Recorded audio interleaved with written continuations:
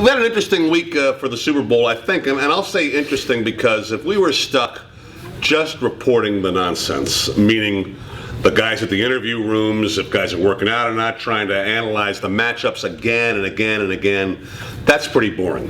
When other stuff pops up, like Ray Lewis or Chris Culliver, for example. Or Randy Moss is the greatest ever. Thank you very much. I mean, that's the sort of stuff that makes the Super Bowl interesting, although obviously, of those three, my opinion anyway, the most serious situation we're talking about is that 49er nickelback. Chris Culliver. Yeah. Who I had never heard of prior to this. Most of us haven't, and now everyone has. Yeah, for the wrong reasons, and he's very, very sorry. And for those of you who have no idea who we're talking about or what we're talking about, I posted the article on our Facebook page.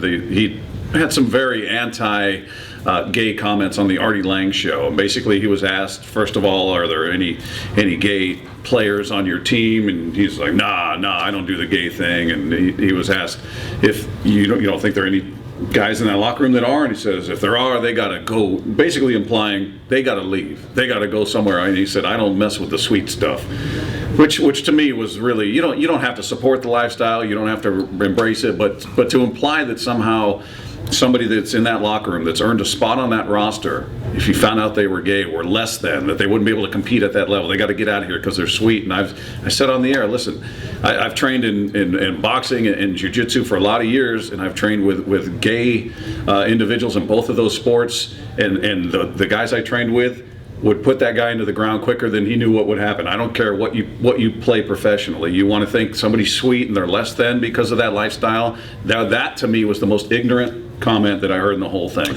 I found it just disgusting. I don't get homophobia anyway, so I got a hard time with the basic tenet of it. I don't understand it at all. What I do understand about this is the very worst place to make homophobic comments is San Francisco.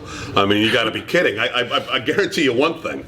This guy's going to be playing for a different team next year. It's not a story that's going to go away in San Francisco. We actually talked to Roxy Bernstein, who's a talk show host down there, who said, hey, the first thing that happened in San Francisco was news guys talking to him about that. Right. That becomes a significant story down there. So, look, people unfortunately have the right to be ignorant and stupid. I mean, this is America. You can be as dumb and as ignorant as you want to be.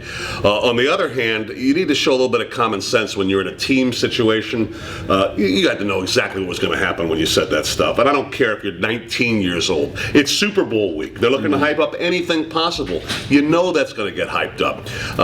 To have then the apology today, which is so obviously written by a publicist or something like that, so obviously not in the guy's real words, it's just, you know what it is for me, Bob, it's disappointing. It's disappointing that we're still mired at this level. I mean, haven't we advanced at all? I mean, haven't we gotten smarter at all?